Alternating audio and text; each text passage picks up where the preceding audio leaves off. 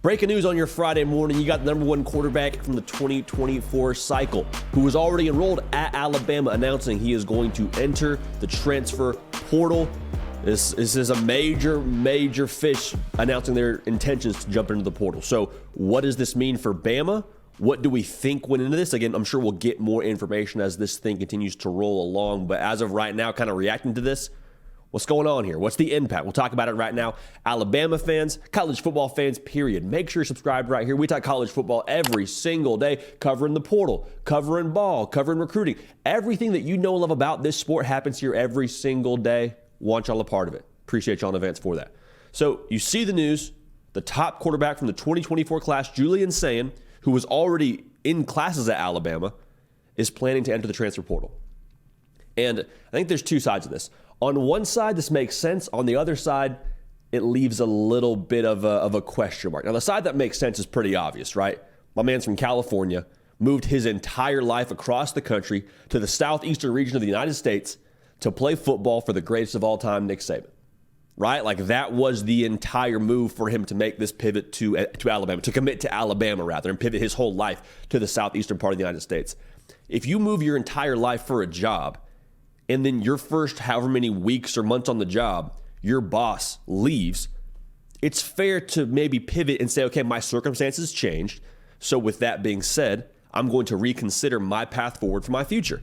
And I think the other part of that about this for Julian Sayin is he's a guy that, again, was on campus for bowl practice and for a very short period of time. Like, this isn't somebody that's put in years at Alabama and has this enormously deep connection with his teammates or the school or all that. Like, to be fair, Julian Sayin and his time at Alabama is pretty short. So I think the thought around people saying, well, honor your commitment, stick with loyalty, it's like, I hear that sentiment and I appreciate that sentiment. And honestly, like, I'm all for that.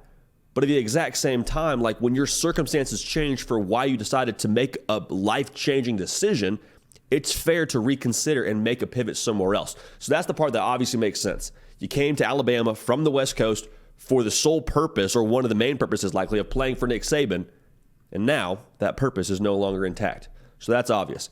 Now, the reason why there's maybe a question mark here, or maybe question mark's the wrong word, maybe a little bit of a head scratcher here a little bit. If you're an Alabama fan, this was the player when Kalen DeBoer took the job at Alabama that you were like, okay, does Jalen Milroe fit perfectly in Ryan Grubb and Kalen DeBoer's offense? Like, probably not. But Julian Sayin, seeing what Michael Penix Jr. did last season for Washington, they had it wide open, throwing the ball 57% of the time. Julian Sayin, the reason why we loved him so much out of high school, us here at On3 Charles Power talking about him being one of the most refined passers in the 2024 cycle, having one of the quickest releases, being a good deep ball thrower. Like, I understand those are very basic descriptions, but I'm looking at Michael Penix Jr. I'm like, those were one of the reasons why he was so successful, because of his quick release, because of his accuracy and all those things. So the excitement was, okay, if you're a quarterback and you see what Kalen DeBoer and Ryan Grubb did with Michael Penix Jr. and the way that they helped him throughout his career, ultimately making him, for a lot of people's money, a first-round pick in the NFL draft here pretty soon. Like, yeah, that would make sense if he were to stay. That would make sense if he would want to be a part of that. Now, I wonder here how much what happened in the last 24 to 48 hours in that quarterback room factors into this decision. Austin Mack, young quarterback from Washington, ends up entering the transfer portal when Kalen DeBoer takes the Alabama job, ultimately ends up committing to Alabama. So if you're Julian Sayin, you're saying, all right, no pun intended, I'm here in the quarterback room at Alabama. I'm probably, waiting my turn a little bit, at least behind Jalen Milroe. We'll see who else. And then you bring in another quarterback from where you were previously, if I'm Julian Sayin, thinking one of your guys, and he's ahead of me in age, like, I would imagine that would feel a little bit funny. I'm not saying that was the end-all be-all. I'm not even saying that was a determining factor. But from the outside looking in, I have to believe there's a chance that had some impact, right? So, again, I could be off there, but that's the way that I would look at it if I were in his shoes. Now, the last thing about this, the timing is interesting. Because I think if you're a fan, you're saying, well, give him a chance. Get through spring practice. Go through a few drills with Kalen DeBoer and Ryan Grubb and run the offense and see how it feels for you. Like, see how the glove fits. If he were to wait till after spring practice, Julian Sayin, that is, to enter the transfer portal, he would not be able to have the maximum amount of options for where he would go next, speaking directly to the SEC. And schools like Georgia, like LSU, were in the Julian Sayin sweepstakes when he came out of high school in Carlsbad, California. So does that mean he wants to stay in the SEC? I don't know, but I do think you have to believe that more options is always better. You saw A&M push for DJ Lagway there later towards signing day. Maybe that's a school that Julian Sayin could end up fitting with. Again, USC is right in his backyard. If you say, okay, I did the SEC thing for a little bit. I want to get back home, man. I want to be back around the family. I tried that. That's fine. I can go play for Lincoln Riley.